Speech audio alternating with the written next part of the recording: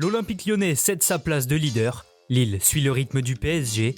Le résumé de la 20e journée de Ligue 1, mais aussi la course pour le titre en Première Ligue, la défaite du Barça en finale de Supercoupe et la victoire de l'Inter contre la Juve. Le résumé de l'actualité est dans le journal de Made in Foot.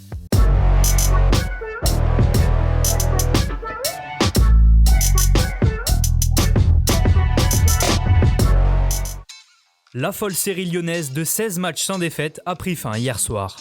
Opposé au FC Metz, l'Olympique lyonnais a craqué en fin de match et s'incline 1-0.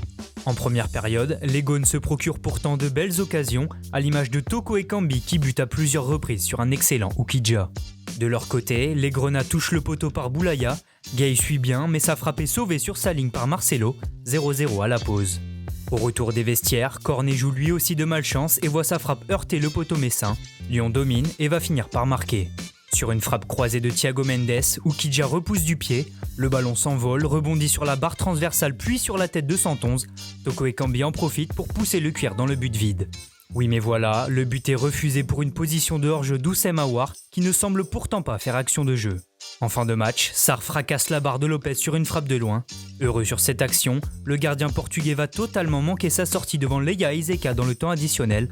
Lancé par Boulaya, l'attaquant belge crochette le gardien et termine du droit pour arracher la victoire. Plus tôt dans l'après-midi, le LOSC a également gagné sur le fil face au Stade de Reims. Menés à la pause après un centre-tir de Zenelli, les Dogs vont réagir en seconde période. Dès l'entame, Jonathan Bamba remet les compteurs à 0. L'ailier profite d'une glissade de Kassama pour récupérer le ballon à 20 mètres et enrouler une frappe du droit petit filet. Après ça, les deux équipes auront leur lot d'occasions, mais c'est finalement Lille qui va concrétiser dans le temps additionnel. Plein axe, Tcheka déclenche une grosse frappe rasante du pied droit, Rajkovic relâche le ballon et David suit bien pour offrir la victoire 2-1 aux nordistes. Succès précieux aussi pour le Stade Rennais qui s'est imposé 2-1 sur la pelouse de Brest.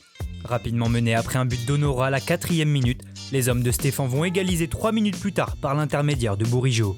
Et à un quart d'heure du terme, Grenier va offrir le derby breton à Rennes en transformant son pénalty. À l'occasion du multiplex de 15h, les Girondins de Bordeaux ont brillé en l'emportant 3-0 sur le terrain de l'OGC Nice. Wang a ouvert le score en début de seconde période avant que Baïs et Basic ne creusent l'écart en fin de match. Dans le même temps, Raymond Domenech a concédé son 3e match nul de suite sur le banc du FC Nantes. Les Canaries avaient pourtant fait le plus dur en ouvrant le score sur un pénalty de Louza, mais Kakuta, qui avait lui manqué le sien à la demi-heure de jeu, va égaliser sur corner en fin de match. Enfin, face à une équipe de Saint-Etienne rajeunie car décimée par les cas de Covid-19, Strasbourg s'est imposé 1-0. Après un pénalty manqué de Boudebouz en début de match, le Racing a pris l'avantage grâce à Ludovic Ajorc. Changement de leader au classement, le PSG profite de la défaite de Lyon pour prendre la tête à égalité avec le LOSC. L'AS Monaco et le Stade Rennais se disputent les places européennes tandis que Marseille se fait distancer. En deuxième partie de tableau, on retrouve Montpellier sans victoire depuis 6 matchs. Strasbourg prend de l'avance sur ses concurrents directs au maintien. Nîmes se retrouve barragiste après sa victoire. Dijon et Lorient, qui n'ont pas pu s'affronter ce week-end, restent derniers. En Angleterre, le choc tant attendu entre Liverpool et Manchester United n'a pas livré toutes ses promesses, puisque cette bataille tactique et intense s'est soldée par un 0-0. Plus tard dans la journée, Manchester City a enchaîné une 5e victoire de rang en championnat en écrasant Crystal Palace 4-0. Stones par 2 fois, Gundogan et Sterling sont les buteurs des Sky Blues. Enfin, Tottenham a gagné 3-1 sur la pelouse de Sheffield United grâce à Aurier, Ndombele et Kane. Au classement, les Red Devils restent leaders avec 37 points, suivis de près par Manchester City, Leicester et Liverpool. En Espagne, l'Athletic Bilbao s'est adjugé la Supercoupe en prenant le meilleur 3-2 sur le FC Barcelone. Menés par 2 fois après un doublé de Griezmann, les Basques ont égalisé à chaque fois grâce à De Marcos et Villalibre en toute fin de match. Iñaki Williams est venu offrir le titre à son équipe d'une superbe frappe en lucarne en début de prolongation. A noter que Messi a écopé d'un carton rouge pour un coup de poing sur un adversaire. En Italie, l'Inter Milan a réalisé le gros coup de cette 18e journée de Serie A en s'imposant 2-0 face à la Juve. Ce derby d'Italie a très bien commencé pour les Nerazzurri, devant dès le quart d'heure de jeu grâce à Vidal. Inoffensive, la vieille dame va se faire punir en contre par Barella en début de seconde période. Avec cette victoire, l'Inter porte son total de points à 40 et revient à égalité avec le leader l'AC Milan. Quant à la Juventus, elle se retrouve distancée, 5e avec 33 unités.